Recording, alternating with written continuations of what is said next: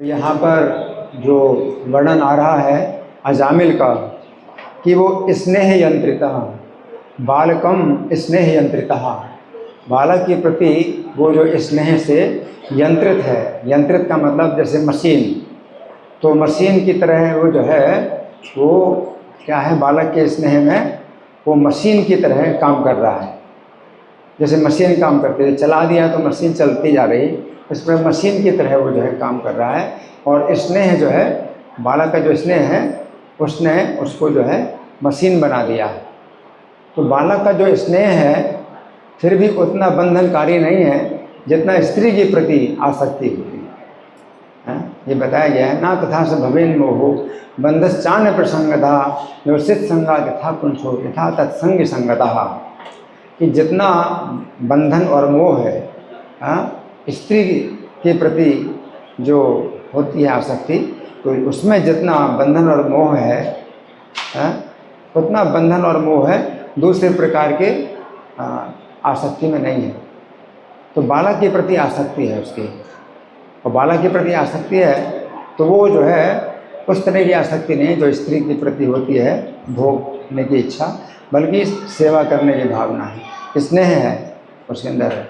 और बालक का नाम है नारायण, तो नारायण नाम की महिमा इसमें मतलब पता चलती है। ये कथा पूरी की पूरी कथा भगवान के नाम की महिमा पर है। तो नाम की कितनी महिमा है। कुछ बालक के प्रति जो है उसकी जो आसक्ति हो गई है, भौतिक आसक्ति है, लेकिन बालक का नाम नारायण है, तो नारायण नाम जो है चूँकि उसके बीच में आ गया है, अजामिल और बालक के बीच में नारायण नाम आ गया है, तो फिर ये जो है क्या है, ये रक्षा करता है, नारायण नाम रक्षा करता है। तो यहाँ पर सुखदेव गोस्वामी बताते हैं कि मूढ़ है वो जो है भोजन करता है तो अपने बच्चे को जो है पहले भोजन कराता है, फिर भोजन करता है, जब भोजन करने लगता है तो बच्चे को भोजन कराता है। उसी प्रकार से जैसे कोई व्यक्ति जो है अपने घर में भगवान रखता है, तो भगवान को जो भी भोजन करता है तो पहले भगवान को भोग लगाएगा, जब पीता है तो भगवान को पिलाएगा, तो भगवान को ही कोई बच्चा मान लेते हैं, तो भगवान को भी जो है पुत्र की तरह स्नेह करते हैं। तो उसी प्रकार से जो अजामिल है अपने पुत्र में स्नेह कर रहा है, तो जब वो खाता है तो अपने बच्चे को खिलाएगा, तब वो खुद खाएगा, जब पिएगा तो अपने बच्चे को पिलाएगा, तब फिर वो खुद पिएगा। तो इस प्रकार की उसकी जो भावना है वो पूरी की पूरी जो है अपने बच्चे में आ सकती है। लेकिन बच्चे का नाम नारायण है, बस यही जो है सबसे बड़ी जो है ये है प्लस पॉइंट, बहुत बड़ा प्लस पॉइंट है। इतना बड़ा प्लस पॉइंट है कि जिस समय यमदूत आ गए, अब वो उसको पता नहीं चला कि न वेद आगतम अंतकम, कि उसकी मृत्यु आ गई, उसे पता नहीं चला कि मौत आ गई, तो वो तो मूढ़ है। परंतु उसको ये भी पता नहीं कितनी बड़ी रक्षा भी उसकी होने वाली है। तो जैसे यमदूत दिखाई दिए तो उसने अपने बच्चे को पुकारा नारायण। क्यों बच्चे को पुकारा? कि अब मैं जो है अपने बच्चे से दूर हो जाऊंगा। उसको चिंता हो गई कि यमदूत मुझे ले जाएंगे तो बच्चे से दूर ले जाएंगे, और बच्चे को जो है पुकारता है नारायण, इस भावना से पुकारता है कि बच्चा जो है का जो सौभाग्य है उसके सौभाग्य से मेरी रक्षा हो जाएगी। तो उसने जो है बच्चे के नाम को पुकारा, बच्चे के जो है आसक्ति में उसने बच्चे के नाम को पुकारा, और बच्चे के नाम को पुकारा चूँकि नाम जो है शुद्ध नाम नहीं था। शुद्ध नाम जैसे द्रौपदी ने पुकारा कृष्ण को शुद्ध नाम, तो कृष्ण स्वयं आए द्रौपदी की रक्षा के लिए, लेकिन अजामिल ने शुद्ध नाम नहीं पुकारा, वो नामाभास था। तो भगवान नारायण स्वयं नहीं आए, लेकिन तो भी रक्षा हो गई। तो नामाभास में भी जो है इतनी शक्ति है कि पापों से जो है रक्षा हो जाती है और संकट से भी रक्षा हो जाती है। तो इस कथा में जो है नाम की जो महिमा है वो बहुत बड़ी महिमा बताई गई कि आप नहीं जानते नाम की महिमा को, तो भी नाम की महिमा काम करती है। ये नहीं भाई आपकी श्रद्धा है, श्रद्धा होनी चाहिए, अगर श्रद्धा नहीं है तो फिर कोई फ़ायदा नहीं है ना। तो अजामिल में कोई श्रद्धा नहीं है ना।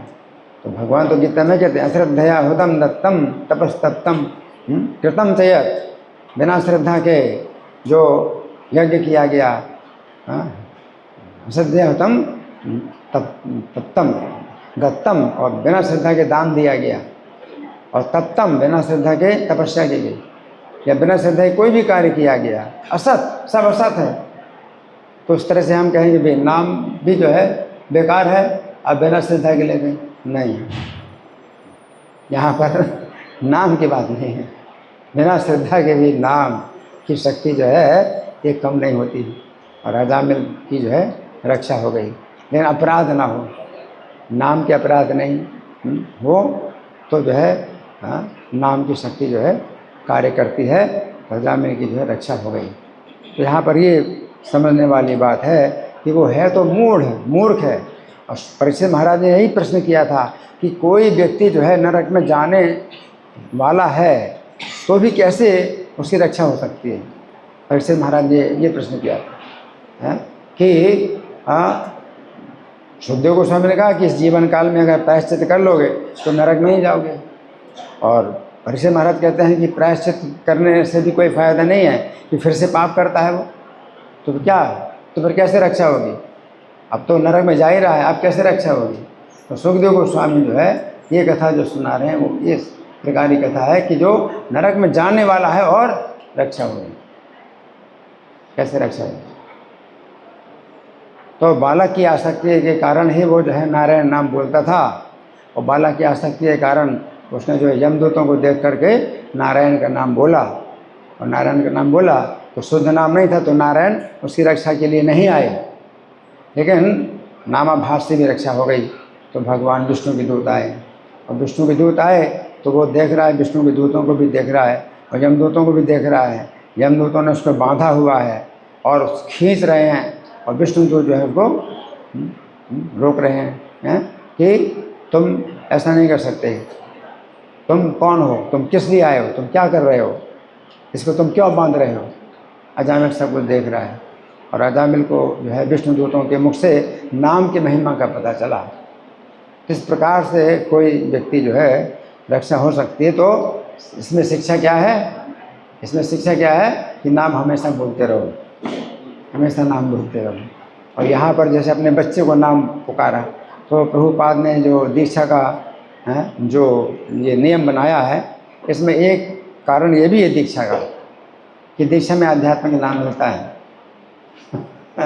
आध्यात्म नाम मिलता है, और आध्यात्मिक नाम में एक दूसरे के प्रति अगर आपकी आसक्ति भी होती है और नाम आप उसमें तो वास्तव में तो ये भौतिक आसक्ति। अब भरत महाराज जो है हरण के प्रति आसक्त थे तो उनको हरण का शरीर मिला, जबकि वो बहुत शुद्ध थे और उनके अंदर भौतिक जो है इच्छाएँ, स्त्री के प्रति कोई आसक्ति नहीं थी, सब पूरा जो है मतलब पवित्र थे।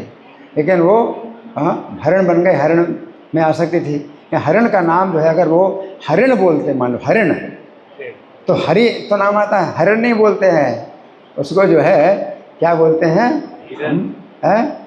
नहीं, उसको बोलते हैं शावक, बोलते हैं शावक या वत्स, या इस प्रकार के कुछ उनके शब्द बनाए हुए हैं, बड़ा प्यार का शब्द बनाया हुआ है।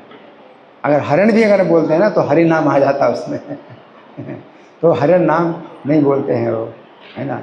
तो इस प्रकार से उनको तो हरिण का जो है उनका तो पतन हो गया, एक प्रकार से बंधन प्राप्त हुआ, और अजामिल की रक्षा हो गई, जबकि वो बहुत पापी।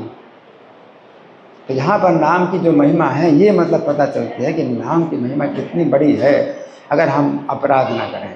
और हमें इसलिए नाम के 10 अपराध बोलने पड़ते हैं कि नाम के 10 अपराध, हम भक्ति के क्षेत्र में आ चुके हैं तो अपराधों पर विचार किया जाएगा। वो भक्ति के क्षेत्र में नहीं था तो उसका कोई अपराध नहीं हो रहा था, ना वो नाम की महिमा जानता था, नाम का जो है कुछ सोचता था कि नाम के बल पर वो पाप नहीं कर रहा था, नाम के बल पर पाप भी नहीं कर रहा था।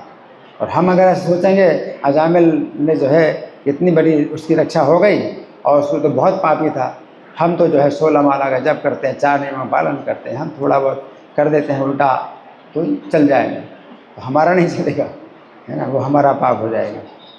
तो इसलिए हमें शिक्षा यही मिलती है कि हम नाम के 10 अपराध बोलें, तो नाम के 10 अपराध से जो है हम अगर मुक्त हो जाएं, अपराध रहित नाम अगर हो जाए तो फिर हमारी जो है रक्षा हो सकती है। इसलिए वही चिंता पूरी अपनी एकाग्रता इसी में कि हम अपराधों से बचें।